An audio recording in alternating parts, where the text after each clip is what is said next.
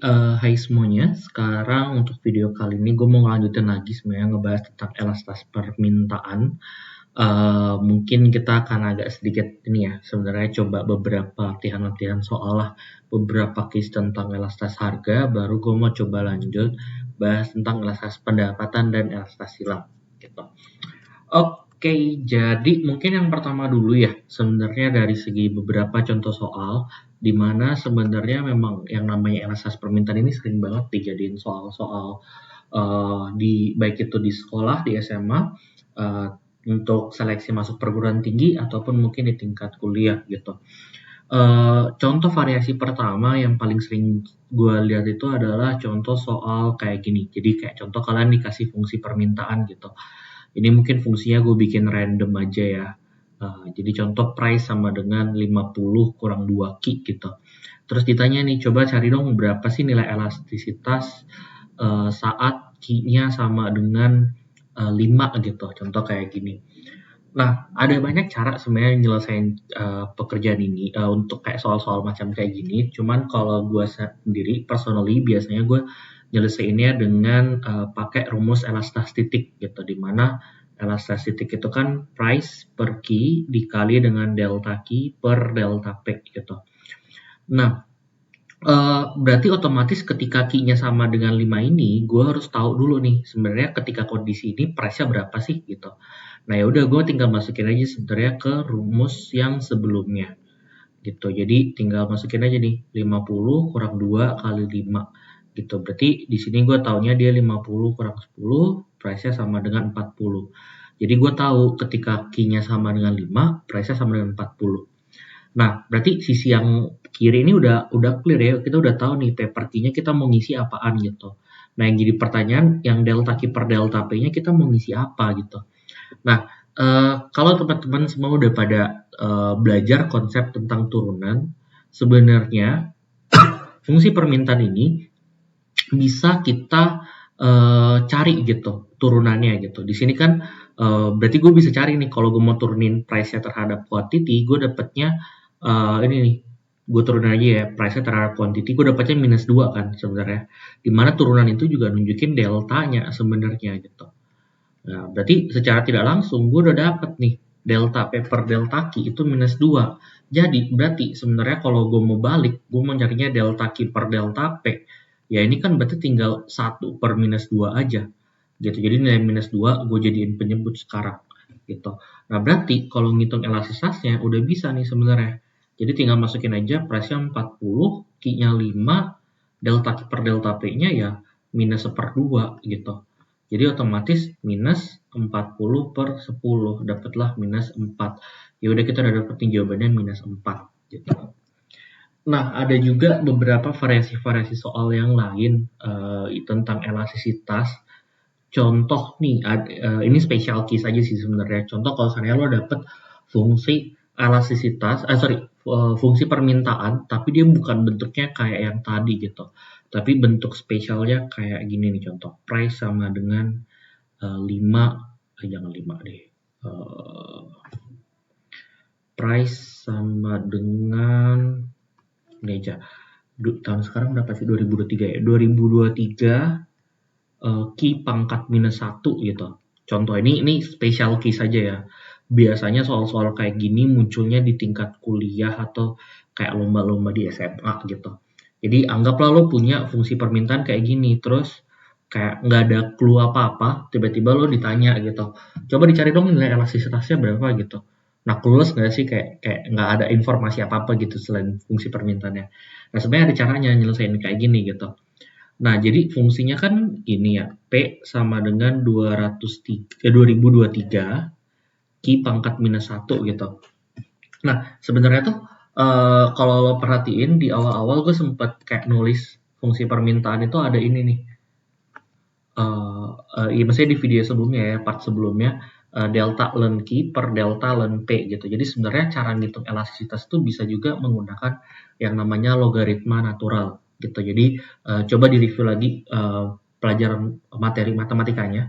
itu ada tentang logaritma natural gitu. Jadi sebenarnya lo bisa pakai itu di beberapa special case gitu, termasuk di case kayak gini, di mana sebenarnya hubungan antara price dan quantity itu kayak bukan plus atau minus, tapi dia ada kayak kali atau bagi gitu.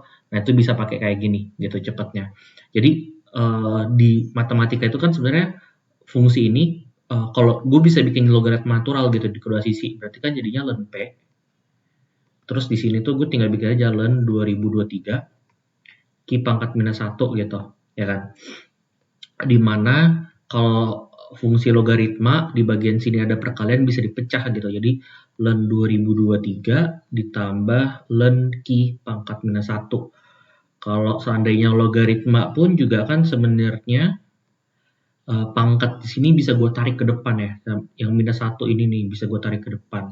Berarti jadinya minus ln Q gitu, ya kan. Nah, di sini berarti sebenarnya gue bisa nih kalau gue mau turunin aja nih. Turunin ln P per turunan ln Q gitu. Dapatlah hasilnya minus 1 gitu. Ini kan. Nah, elastisitas itu rumusnya apa sih? Elastisitas itu kan rumusnya adalah delta ln Q per delta ln P gitu.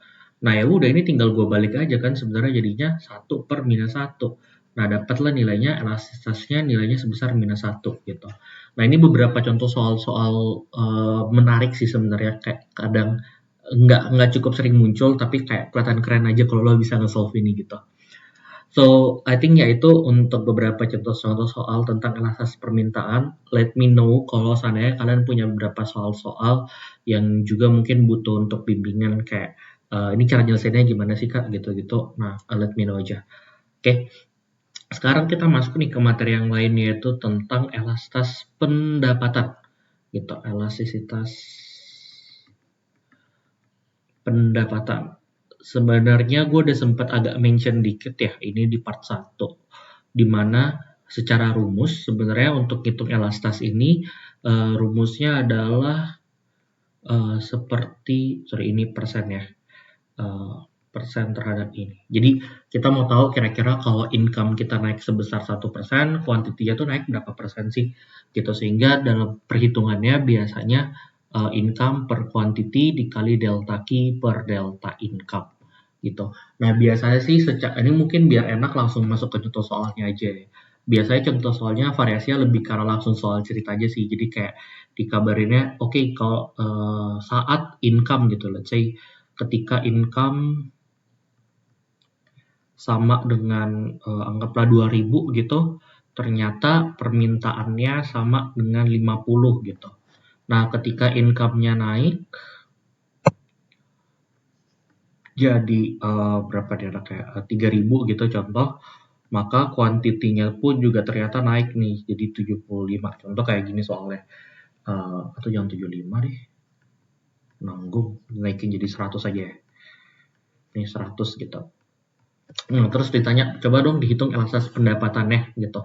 Nah, hitungnya juga sama. Sebenarnya elastisitas sama dengan income per quantity dikali delta Q per delta income gitu. Jadi hasilnya ya berarti ambil aja poin yang paling pertama, data poin yang pertama yang ini.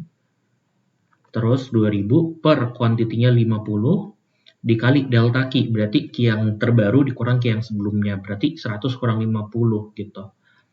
100 kurang 50 per delta income, berarti income terbaru kurang income sebelumnya, berarti 3000 kurang 2000 ya. 3000 kurang 2000. Nah, sehingga nilainya ya pasti berarti 2000 per 50 dikali 50 per 1000 gitu, ya kan.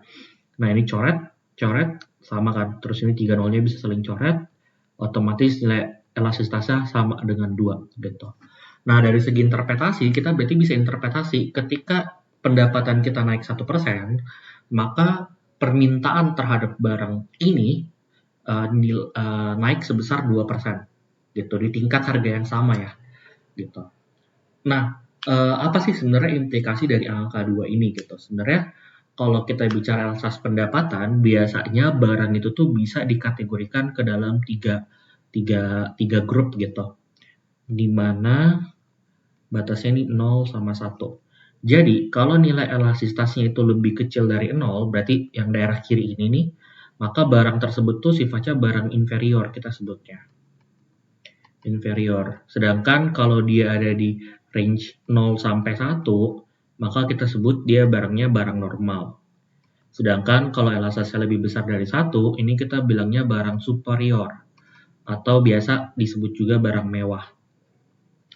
Nah, mungkin gue jelasin dulu ya yang inferior, mungkin ada yang baru dengar juga inferior. Jadi, barang inferior itu adalah tipe barang yang sebenarnya ketika pendapatan naik, konsumsi terhadap barang tersebut justru turun gitu.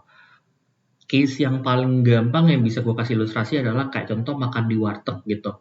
Realistically speaking, ketika kalian punya pendapatan yang mungkin rendah, kalian itu mungkin akan ada kecenderungan untuk sering makan di warteg gitu. Bakal mungkin dalam 1 minggu ada 10 kali deh kalian pergi ke warteg.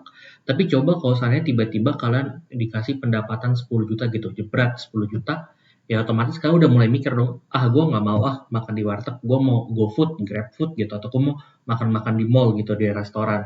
Nah itu kan secara nggak langsung jumlah makan kalian di warteg jadinya berkurang gitu, permintaan terhadap warteg berkurang. Nah, berarti bisa gue bilang sebenarnya konsumsi di warteg itu sebagai barang inferior gitu.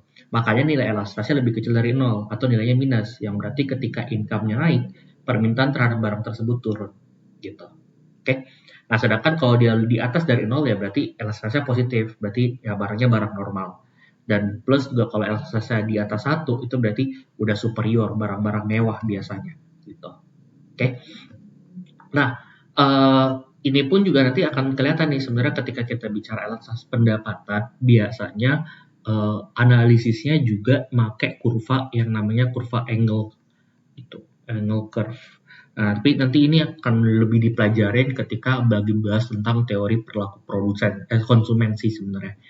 Jadi mau ngelihat sebenarnya income dengan quantity barang yang kita konsumsi. Kalau barang normal itu biasanya ya bentuk kurvanya naik gitu. Jadi ketika barang normal itu biasanya bentukannya naik. Ketika income naik, quantity yang barang kita konsumsi juga naik. Tapi untuk barang-barang inferior, biasanya karena nilai elastasnya negatif, pasti slope-nya juga negatif. Gitu. Sehingga makanya sering banget dibilang gitu, kalau saya barang-barang inferior, kurva angle-nya pasti slope-nya negatif gitu, karena semakin tinggi pendapatan justru konsumsi yang dilakukan semakin rendah gitu. Oke. Nah, last materi terakhir tentang elastisitas gitu tuh, yaitu tentang elastisitas silang. Elastisitas silang. Jadi elastisitas silang itu ini buat remind lagi, sederhananya kita mau bicara ketika ketika harga suatu barang mengalami perubahan, pengaruhnya terhadap harga barang lain itu gimana sih gitu. Jadi ini kita coba asumsikan kita ada barang X sama barang Y. Jadi kita bilangnya ketika harga barang Y berubah, kira-kira quantity barang X akan berubah kayak gimana gitu. Nah, di mana juga kalau dijabarin berarti ya tinggal PY per QX dikali delta QX per delta PY gitu. Cara pengerjaannya pun juga hampir sama dengan kondisi yang kedua. Biasanya itu berupa soal-soal cerita gitu, yang berarti biasanya akan dikasih data point gitu, kayak contoh harga ayam, contoh aja ya, harga ayam gitu, let's say sama dengan 10.000 gitu, 10.000 per kilo anggap aja ya. 10.000 per kilo, ternyata kuantitas daging sapi yang diminta itu sebesar 100 gitu, 100 kilo. Nah, ternyata ketika harga ayam ini naik gitu jadi 20.000, contoh aja ya, 20.000 per kilo, ternyata kuantiti sapi ini yang diminta jadi semakin banyak. Jadi sebesar 150 gitu contoh. Nah, terus lo diminta untuk ngitung elastisitas silangnya gimana? Ya sama juga. Berarti tinggal elastisitas sama dengan harga ayam 10.000 per kuantiti sapinya 100 dikali delta kuantiti sapi, berarti 150 kurang 100 ya berarti jadi 50 ya, per perubahan harga ayamnya. Jadi dari 10.000 naik ke 20.000, berarti plus 10.000 gitu. Jadi ini bisa saling coret 50 bagi 51, 50 bagi 100, 2. Jadi elastasitasnya sama dengan 1/2 gitu.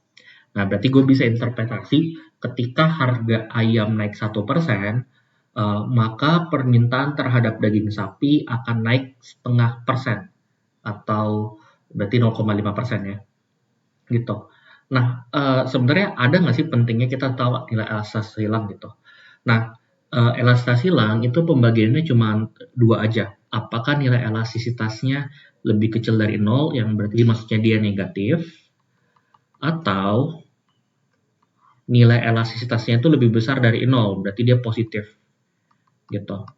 Nah, perbedaannya apa sih sebenarnya, gitu? Perbedaannya adalah kalau seandainya elastasitasnya dia nilainya negatif atau lebih kecil dari 0, berarti dia nunjukin bahwa hubungan antara barang X sama barang Y itu tuh sifatnya komplementer. Sedangkan kalau seandainya elastasitasnya positif, itu nunjukin hubungan antara kedua barang itu sifatnya substitusi. Nah, bedanya apa sih? Mungkin komplementer dulu deh. Jadi komplementer itu kan sifatnya berarti saling melengkapi ya. Kayak contoh penghapus papan tulis dengan papan tulis. Nggak mungkin lo beli papan tulis kalau nggak beli penghapusnya gitu. Gitu pun juga sebaliknya. Berarti hubungannya itu negatif karena ketika harga X-nya naik, otomatis orang nggak mau beli barang X, jadinya orang nggak mau beli juga barang Y gitu. Jadi hubungannya negatif. Satunya naik, satunya turun. Nah, makanya elastasitasnya negatif. Tapi kalau elastasitas positif, justru substitusi. Kayak contoh ayam sama sapi ini gitu. Nilainya kan lebih besar dari 0. Karena ketika harga ayam semakin naik, orang nggak mau beli ayam. Jadinya orang akan beralih untuk beli sapi. Makanya kuantitas sapi jadinya naik. Gitu. Oke, jadi sebenarnya elastasitas silang ini cuma ngebagi dua. Apakah dia negatif atau positif. Yang jadi pertanyaan, kalau seandainya nilai elastasitasnya sama dengan 0 gimana gitu? Kalau nilai elastasitasnya sama dengan 0, berarti itu tanda bahwa barang X sama barang Y itu tidak ada hubungan sama sekali. Karena ketika X harganya berubah, ternyata tidak mempengaruhi Y sama sekali. Gitu. Jadi, atau kayak kebalikannya, jadi X dan Y itu tidak berhubungan. Itu kalau seandainya nilainya 0 ya. Tapi harusnya biasanya wajarnya ada nilainya antara positif atau dia negatif. Gitu. Oke. I think itu aja sebenarnya materi untuk elastisitas. Thank you for watching. Hope you enjoy, and if you have any questions, just ask me in the comment. Okay, thank you. Bye bye.